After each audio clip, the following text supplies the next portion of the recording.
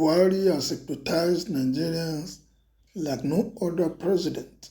His failures, anti-people policies met with silence like that of a graveyard. Professor Kperogi. Kperogi said many anti-people policies and failures of Buhari's government were met with public silence or even approval in some cases, unlike the experience of his predecessor. Is there anything he's doing that is making the people to be silent? Or people are just tired of the way the country is being ruled? Or people are just bidding their time? The time will soon be over. We have alternative. The election will soon come. We have alternative.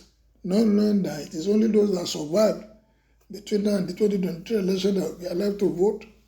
People are going through a lot. And that silence is not golden at all.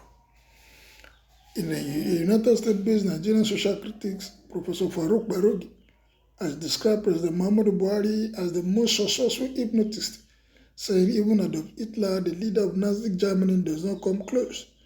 Kperogi said many anti-people policies and failures of Buhari's government were met with public silence or even approval in some cases. On his Twitter handle, Kperogi said, "No president in the history of the world has been able to hypnotize citizens of a country such as roaring success as Buhari has in Nigeria in the last 7 years plus. Not even Adolf Hitler comes close. For example, like clockwork, every petrol price hike in Nigeria since 1966 used to be met with mass protest, but Buhari jacked up petroleum prices multiple times by steep margins, the latest being last week without as much as a whimper from citizens. In fact, Buhari's first petroleum price hike was greeted with demonstration of joy by poor people in the Northwest who threatened to kill anyone who opposed it. That was a first. I call it self-annihilating stupidity. Everyone knows this is because the professional protesters against insensitive government policies are now in government. That is the danger of leaving civic duty to a self-selected class of people. Now Nigerians have made peace with every fall in the index of social, economic, and political progress that have occurred in the Buhari regime. I saw a video of terrorists savagely whacking poor, defenseless abductees in their captivity and was drained emotionally, both by the suffering of the people in the video and by the knowledge that no one will hold the Buhari regime accountable for his dereliction of his duty to secure the lives of Nigerians. It appears that diaspora, like me, whose relationship with what Nigerians are undergoing is more vicarious than experimental, are more worried than Nigerians are. I'm emotionally fatigued. Who is not fatigued? Those of us that are fatigued, those of you there too are fatigued. Everyone is fatigued about what is happening. But the solace I'm sure that people have now is, well, election is around the corner. There's a ray of hope that we can change the government that is not performing. It is not that we are helpless. We can observe how very few are enjoying the masses are battling with insecurity and hunger. Buhari didn't hypnotize Nigerians, but he used the force of poverty against the people he is ruling. I wonder how he has the rest of mind. He hates his own people. Very unfortunate. The House of Fulanis are the worst set of human beings to live with. This is because of their ideological and psychological evaluations. They seem to have directly descended from regions of darkness outside the corridor and realms of orderliness. They unleash the thieves and hypnotize them to slavehood and religious destitution. Their people are brutally indoctrinated to serve and to be served. My people say that if a small boy washes his hand clean, he will eat with elders, but their boys never agree. The so-called northern elders has all shut their mouths because he's a northerner. If you're a southerner, the country will be on fire by now. It's tribal and regional concussion, very potent. What is Tinubu campaigning for? Nigerians should reject him outrightly. They have all failed the nation. Tinubu should be ashamed of himself for acts of continuity from PMB. Prob, you're 100% right. I've never seen such leader that people tolerate so much, and the two houses of assembly contributed dangerously to this Buhari mess. They're just there uselessly to the society.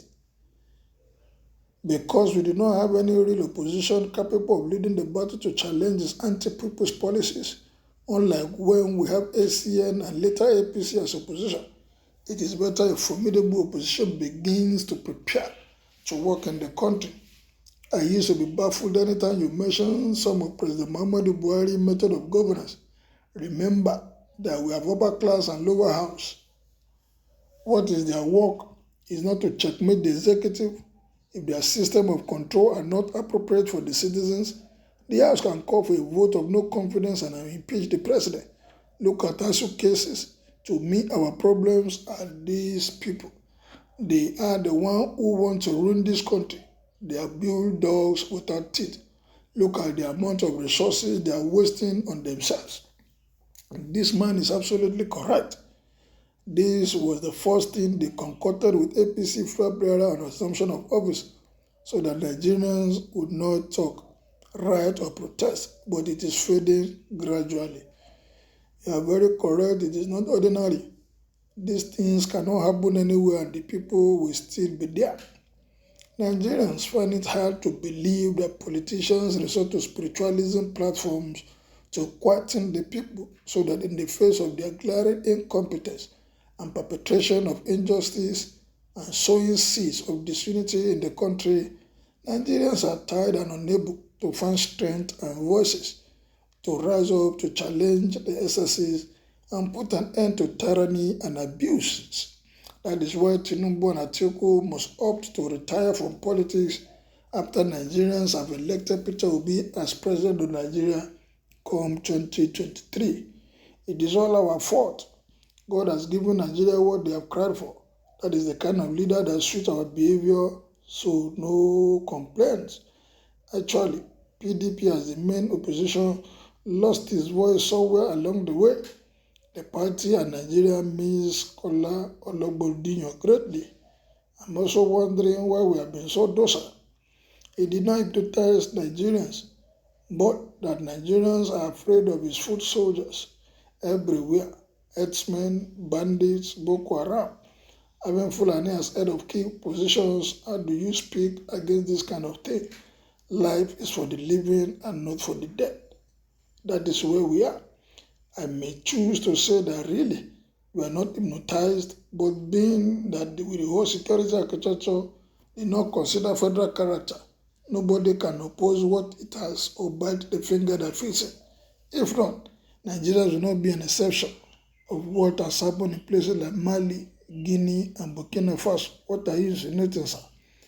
According to Professor Wole Soyinka in his book titled The Man Died, he wrote that the man dies in all who keep silent in the face of tyranny.